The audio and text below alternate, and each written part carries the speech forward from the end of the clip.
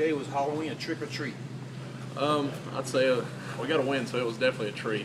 It was a good environment. I played there my redshirt freshman year, and I knew it was going to be a tough environment, but they really showed out, and it was a pretty good environment. But we came out with a win, so it was definitely a treat. You guys seem to have your way with that defensive line. From what I can tell watching it, your pass protection was great, and you're able to open up holes to get Wayne over 170 yards. How do you guys feel about that as an offensive line? It's funny because we actually came out of the game not that satisfied. We didn't feel as we played as well as we could have. Wayne made some great plays, made us look good a few times. But a win's a win. It's never as bad as you think, and it's never as good as you think. So we went back and watched it, and it actually wasn't obviously that bad. But we had a few miscues on some pass protections, and but we so like I said, we didn't think, we weren't as satisfied, even though we had the stats and everything for it, and obviously we won the game, so we were pretty happy.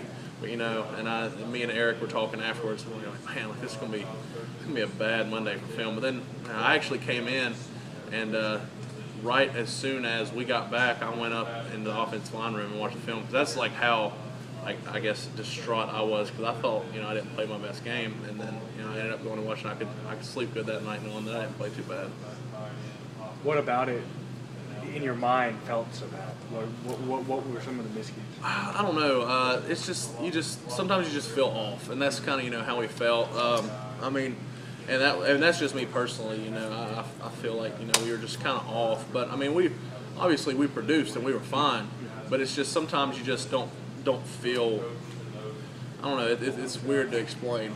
And as I went back, like the whole first half, I know that they did a lot of movement and stuff, and I think I tried to slow play it a little too much, and wasn't really moving my feet like I should have been, and so I guess maybe that may have been it. Just subconsciously trying to pick up their different movements and everything. But like I said, once you go back and watch the film, we're pretty happy with it. So is Coach Caldwell. You and virtually this entire team are looking for your first win against Florida State. Does that give you added motivation? Very much so. Florida State is definitely a rivalry game here, for both teams, and it's we want to go in the ACC championship, and obviously they do too. So, but definitely not ever winning against them is, it's almost as bad as some guys that didn't get to beat South Carolina, because it's not so much as an in-state rivalry like us and South Carolina, but it's an ACC rivalry, and it's a lot of the times, not every year, but a lot of the times it's, whoever wins this game goes on to the ACC championship. So, it's definitely adds some extra incentive. Is this by far, along with South Carolina, the biggest game that you guys circle on the calendar at the start of each year? Well, we always try and take it, obviously, game to game, and, you can't look anyone over. Look at these teams that started out slow in the year, they may have looked some teams over. But, it's definitely a team that whenever you get to it, you really, you're always focused in, but you just have that laser focus, and you're just always trying to, everything's got to be perfect, even, you look at, you're definitely eating right that week, you're doing everything right that week. So, yeah, it's definitely a game that once you get to it, you're just zoom focused that week. Are you aware, or the rest of the guys aware, that if you win Saturday, ACC Atlantic Shores, mathematically, that nobody else can win it? We do know that, and but we're trying. I guess we're trying not to think. We think about it, but we're trying not to. Right. And we know that's the situation. But even say we do win this game, we still got to win out. So it's not like we're that's going to be any different, I guess, this week. But it is in the back of our minds. Is it the same way with the playoff rankings too? I'm sorry, Jay. Is it the same way with the playoff rankings as well? Do you guys think about it, but you don't want to think about it? No, that's a little different. That's kind of out of our control, I guess. With the whole ACC championship deal, we win the games, we're going to be, in the ACC championship. So, but that's just kind of out of our control, and something that we try not to worry about too much, and know that if we do what we're supposed to, we feel like we could be there. So what happens Tuesday night? Do you make sure you're in front of the television watching them unveil it, or do you just kind of wait and see what happens? I'll probably just be waiting to see what happens. Like I said, I'm gonna try not to focus on that too much, and just focus on a really good opponent that we have this week, and and just see what happens after that. Do you think it helps everybody that it's not going to be game day, it's not a night game, it's just a 3:30 start, that kind of helps everything? A little bit. I mean, it takes some of the distraction out of it, but I mean, personally, 3:30 is my favorite kickoff time.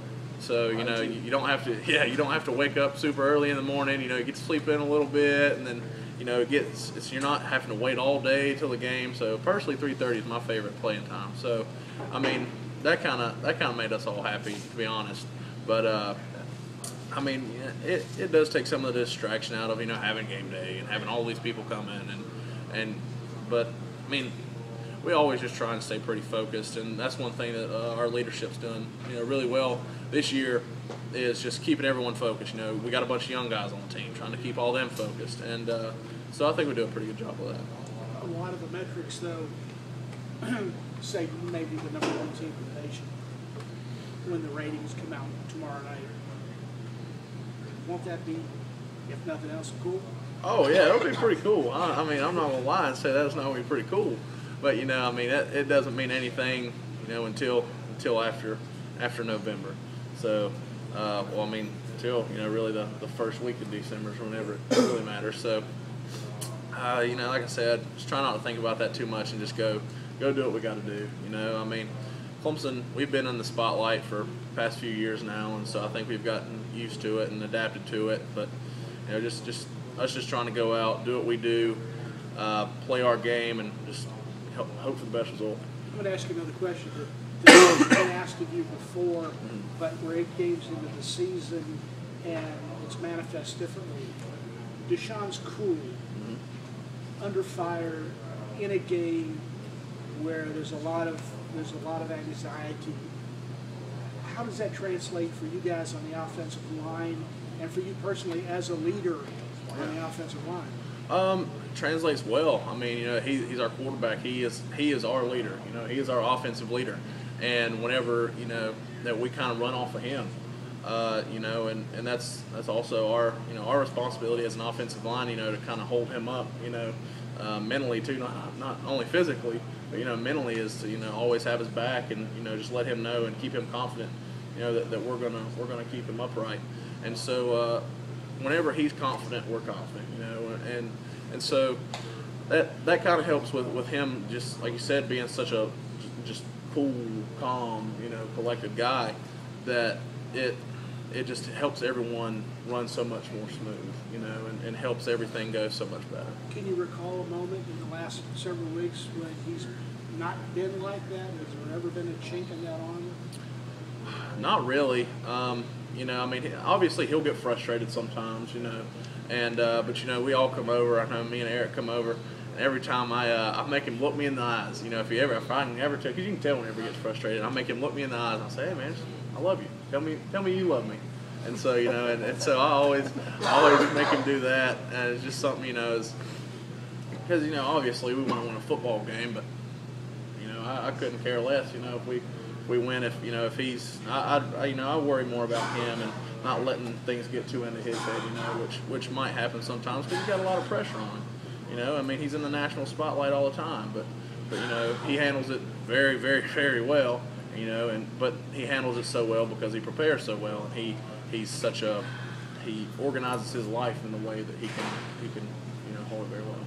As a veteran guy, do you just kind of marvel at the fact when you look at guys like Hyatt and Kane and McLeod, that just their talent level, their maturity level, that they just boom, right out of high school, here they are doing great things? Definitely. I mean, I know.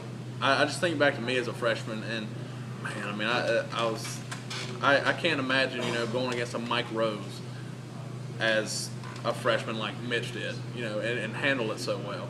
It just kind of blows my mind, but that's how it's come, and that's how good a recruiting Coach Sweeney's done, and the rest of our staff, and and that's guys really buying in the program, and getting in the weight room. Whenever Mitch came early, and he balled in mentally and physically, and so that's just a true testament to if you come in, you buy in here, there's no ending to what your possibilities can be.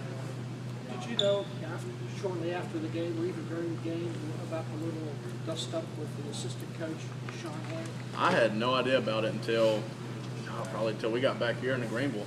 I didn't hear anything about it.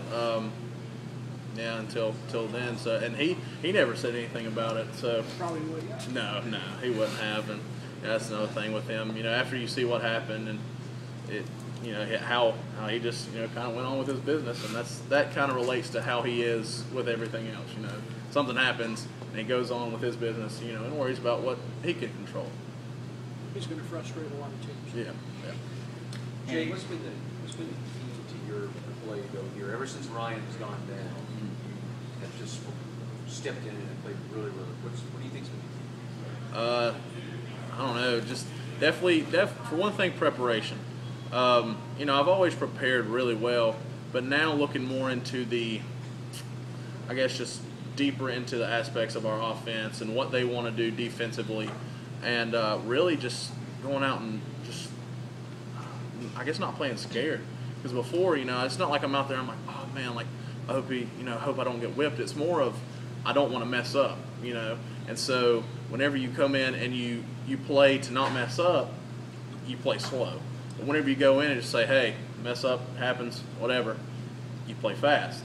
And that's what's helped me so much is I'm able to play fast now because you go out and obviously you care if, you know, something goes wrong, but and you want to fix it, but you kind of have to have an attitude of, you know, windshield mentality, as Coach Sweeney says.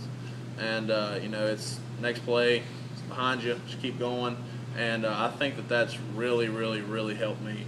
And, you know, and now that I feel I'm mentally more, I don't know, I want to say stable, but, you know what I'm saying. I can handle things better and I can process things better. And so I really think that's one thing that's helped me so much. How much has Ryan been a help? Oh, he's helped me so. I mean, I'm coming off the sidelines and he's the first one up there telling me, okay, this is what happened, this is what happened, this, and that's helped me. I can't tell you how much. And that's how really a lot of our guys, I mean, even our redshirt guys will be back there. And, you know, after come off the sidelines, we all meet. Coach Caldwell talks to us, and Coach Sweeney will come over there and talk to us. We'll get things fixed. But then, you know, we've also got them on the sidelines because, you know, Coach Caldwell can't see everything. And so we always have our guys and our younger guys looking at their position so we can come off and say, okay, I think this happened. Did you see that? And you know, they do. Coach Caldwell with the offensive line does a really good job at really explaining things and how it should happen so our younger guys know. And so that really helps us a lot.